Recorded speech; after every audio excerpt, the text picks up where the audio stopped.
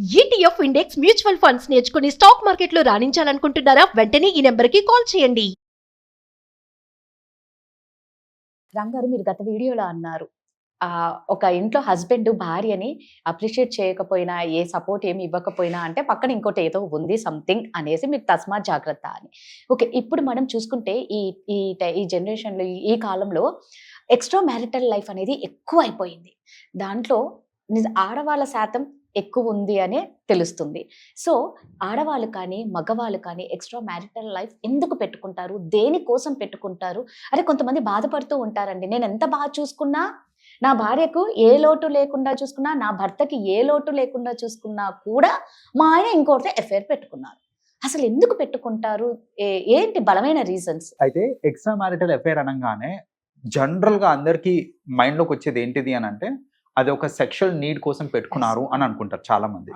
So but actual గా survey ప్రకారం 15% మాత్రమే ఒక సెక్షువల్ నీడ్ కోసం ఎక్స్ట్రా మ్యారిటల్ అఫైర్ పెట్టుకుంటారు. కానీ మిగతా 85% ఏంటంటే వాళ్ళకి రకరకాల other needs, mostly emotional needs కోసం ఎక్స్ట్రా మ్యారిటల్ అఫైర్స్ కి వాళ్ళు దీనికి ఇంట్రెస్ట్ చూపిస్తూ ఉంటారు అనమాట. సో ఈ ఇమోషనల్ నీడ్స్ అంటే ఏంటంటే, ఏదైతే నాకు ఇంట్లో దొరకట్లేదో నా పార్ట్నర్ నుంచి, అది నాకు బయట వేరే వ్యక్తి నుంచి దొరుకుతుంది అని అంటే ఆబ్వియస్లీ హ్యూమన్ టెండెన్సీ ఏంటంటే వాళ్ళకి అట్రాక్ట్ అయిపోతూ ఉంటాం అనమాట. చిన్న ఎగ్జాంపుల్, ఇప్పుడు ఏంటంటే ఒక భార్యకి హస్బెండ్ అప్రిషియేట్ చేయట్లేదు, నువ్వు ఎంత మంచి డ్రెస్ వేసుకున్నా, నువ్వు ఎలా రెడీ అయినా కూడా, అరే ఈరోజు నువ్వు బాగున్నావు అని చెప్పేవాళ్ళు చాలా మంది, చాలా తక్కువ. రైట్. సో ఇప్పుడు ఆ అప్రిషియేషన్ హస్బెండ్ దగ్గర నుంచి రావట్లేదు. సడన్ గా ఆఫీస్లో కానీ లేదా బయట ఎవరో, అరే డ్రెస్ భలే ఉంది నీది, ఈరోజు నువ్వు బాగున్నావు అనగానే ఏదైతే ఇంట్లో మిస్ అయిందో అది ఇక్కడ స్పార్క్ అవుతుంది అనమాట. అరే నా హస్బెండ్ అంటే ఆ హ్యాపీనెస్ ఏదైతే ఉందో నాకు ఇప్పుడు ఒక థర్డ్ పర్సన్ దగ్గర నుంచి వచ్చింది, స్పౌస్ నుంచి రాకుండా ఒక థర్డ్ పర్సన్ నుంచి నాకు ఒక happiness, because that gives some happiness. ఎవరిని అప్రిషియేట్ చేశారు మనల్ని అని అంటే ఎంతో కొంత హ్యాపీనెస్ వస్తుంది, అక్కడ స్టార్ట్ అవుతుంది.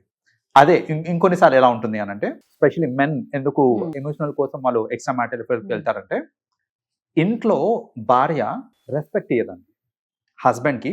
కొన్నిసార్లు అంటే అందరం చెప్పట్లేదు నేను, కొన్ని కేసెస్లో ఏంటంటే హస్బెండ్కి ఇంట్లో రెస్పెక్ట్ దొరకదు.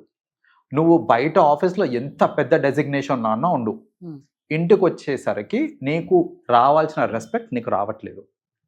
అదే రెస్పెక్ట్ నీకు వేరే అమ్మాయి దగ్గర నుంచి వస్తుంది అని అంటే ఖచ్చితంగా that will give you that happiness. Because నా ఎక్స్పెక్టేషన్ ఏంటిది ఇక్కడ అని అంటే, నాకు రెస్పెక్ట్ అనేది మోస్ట్ ఇంపార్టెంట్. సో నా ఎక్స్పెక్టేషన్ ఇంట్లో ఫుల్ఫిల్ అవ్వట్లేదు, సమ్వేర్ ఎల్స్ అవుతుంది. కాబట్టి నేనేంటంటే నన్ను రెస్పెక్ట్ చేసే ఆమెతోటి నేను ఎక్కువ టైం గడుపుతూ ఉంటాను.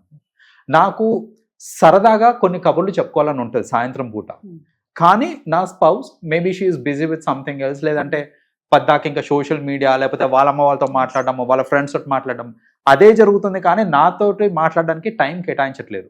కానీ దెర్ ఈస్ సమ్వన్ ఎల్స్, నేను చెప్పేది వినడానికి కొందరు రెడీగా ఉన్నారు, ఆబ్వియస్లీ నేను వాళ్ళ వైపు మొప్పు చూపుతాను. రైట్. సో ఇక్కడ బేసిక్గా ఏంటంటే, ఇలా ఇమోషనల్ నీడ్స్, అది అబ్బాయి అన్నా కానివ్వండి అమ్మాయి అన్నా కానివ్వండి, ఇమోషనల్ నీడ్స్ ఇంట్లో సాటిస్ఫై కానప్పుడు ఖచ్చితంగా అది బయట ఎక్కడో చోట సాటిస్ఫై అవుతూ ఉంటుంది. అక్కడ స్టార్ట్ అవుతుందండి, మాటల నుంచి స్టార్ట్ అవుతూ ఉంటుంది అనమాట. నాకు రెస్పెక్ట్ ఇచ్చే అమ్మాయితో ఎక్కువ మాట్లాడటము, లేకపోతే నా బాధలు, నా ఇన్ అ డే ఎలా జరిగింది నీ day, how was your day అని ఎవరిని అడుగుతున్నారు అనుకోండి, that gives me happiness.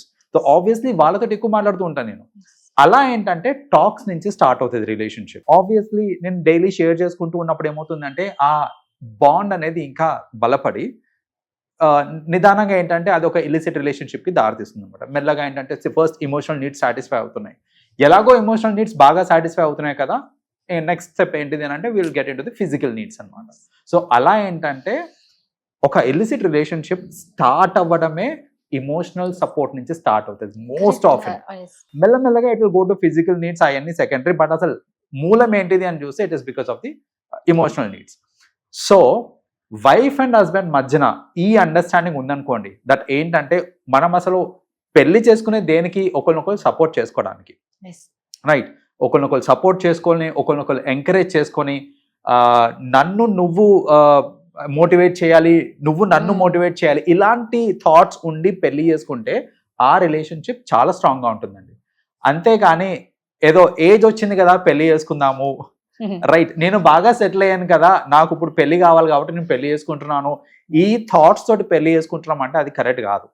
So we need to understand అసలు పర్పస్ ఆఫ్ మ్యారేజ్ ఏంటిది అని అర్థం చేసుకొని ఒక రిలేషన్షిప్ స్ట్రాంగ్ గా ఉండాలంటే బోత్ సైడ్స్ వాళ్ళ ప్లే చేయాల్సిన రోల్స్ ఏంటిది అని అర్థం చేసుకున్నారనుకోండి, ఆ రిలేషన్షిప్ మధ్యలోకి ఏ థర్డ్ పర్సన్ రాలేరు. మీరు అది అర్థం చేసుకోకుండా ఒక రిలేషన్లో అలా కొనసాగుతున్నారు అని అంటే third person, fourth person, fifth person ఎంతమంది అన్నా వచ్చే ఛాన్సెస్ ఉంటాయన్నమాట మనకి అక్కడ. సో అది రాకుండా ఉండాలి అంటే అది ప్యూర్లీ వాళ్ళిద్దరి చేతిలోనే ఉంటుంది. 100% రామ్ గారు మీరు చెప్పింది నిజంగా. అంటే మోటివేట్ ఒకరినొకళ్ళు చేసుకోవడం చాలా ఇంపార్టెంట్. Right. కేరింగ్, రెస్పాన్సిబిలిటీ, నిజంగా కేరింగ్. నువ్వు ఎంత బాగా కేర్ చేస్తే కంపల్సరీ ఆ పార్ట్నర్ నీ నుంచి మిస్ అవ్వదు, అది అమ్మాయి కానీ అబ్బాయి కానీ.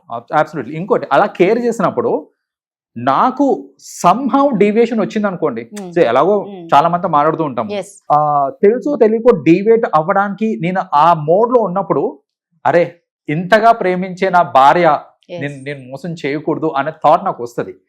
అలా ఒకవేళ నాకు ఆ థాట్ లేదనుకోండి, అంటే అంతగా ప్రేమించే భార్య అనే అసలు ఫీలింగే లేదనుకోండి, నేను మోసం చేయడానికి నాకు పెద్దగా వెనకాడను నేను, లైక్ యూనో అట్లా దారి మళ్ళడానికి వెనకాడను నేను.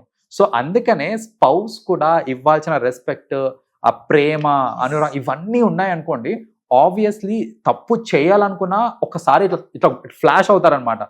వీళ్ళని ఇప్పుడు నేను మోసం చేయాలా వద్దు, వీళ్ళని బాగా నన్ను నమ్మి ఉన్నారు, రైట్. మోసం చేయకూడదు అనే థాట్ వస్తుంది.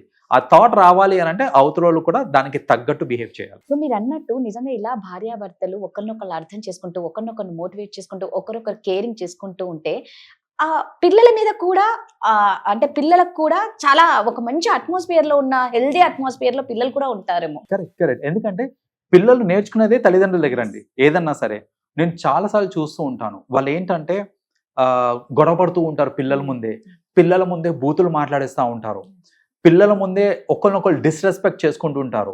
నువ్వు చేస్తే తప్పులేదా, నువ్వు చేస్తే Yes. తప్పులేదా అనేసి ఒకరినొకరు తిట్టేసుకుంటా ఉంటారు. అల్టిమేట్లీ ఏమవుతుందంటే ఇలా పిల్లల ముందు తిట్టుకుంటున్నారు అని అంటే రేపు పొద్దున మీరు మీ పిల్లల్ని వాళ్ళు ఏదో తప్పు చేస్తారని తిట్టారనుకోండి, వాళ్ళు మిమ్మల్ని కేర్ కూడా చేయరు. అంతే కదా. ఒక్కటే మాట, నువ్వు చేస్తే లేదు నేను చేస్తే వచ్చిందా, ఒక్కటే మాట. ఎక్కడ పెట్టుకుంటారని తలకాయ తీసుకోపోయి. ఇప్పుడు నువ్వు చేస్తే, ఇప్పుడు ఒక పిల్లోడు పేరెంట్స్ ని నువ్వు చేస్తే తప్పు కాదు కానీ నేను చేస్తే వచ్చిందా, ఇది జనరల్ గా నేను చూస్తుంటా. టీనేజ్ వయసులో వచ్చిన వాళ్ళు ఇలాంటి రివోల్టింగ్ ఆన్సర్స్ ఇస్తుంటారు అనమాట. పేరెంట్స్ కి అర్థం కూడా కాదు ఇప్పుడు నేను ఏం చేయాలి అనేది, ఎందుకంటే వాళ్ళు చేసిన తప్పే అది. పిల్లల ముందే తిట్టేసుకున్నారు ఒకళ్ళు తప్పులు ఒకళ్ళు వాళ్ళ ముందు బయట నువ్విలా అయిపోయింది, బయట పెట్టుకున్నారు. సో మీ ఒరిజినాలిటీ, మీ క్యారెక్టర్ ఇవన్నీ మీరు ఉన్నదానికంటే ఎక్కువ చేసి మరి తిట్టేసుకున్నారు. ఇప్పుడు పిల్లలు మరి అనరు అనుకుంటే ఎందుకు అనుకుని ఉంటారు? సో నిజం, దీని ఎఫెక్ట్ పిల్లల మీద చాలా చూపిస్తుంది. కాబట్టి నిజంగా భార్యాభర్తలు పెళ్లి అనేది మాత్రం రామ్ గారు క్లియర్ గా చెప్పారు ఎందుకు చేసుకోవాలో, అందుకే చేసుకోండి. థ్యాంక్ యూ అండి. వెల్కమ్ అండి.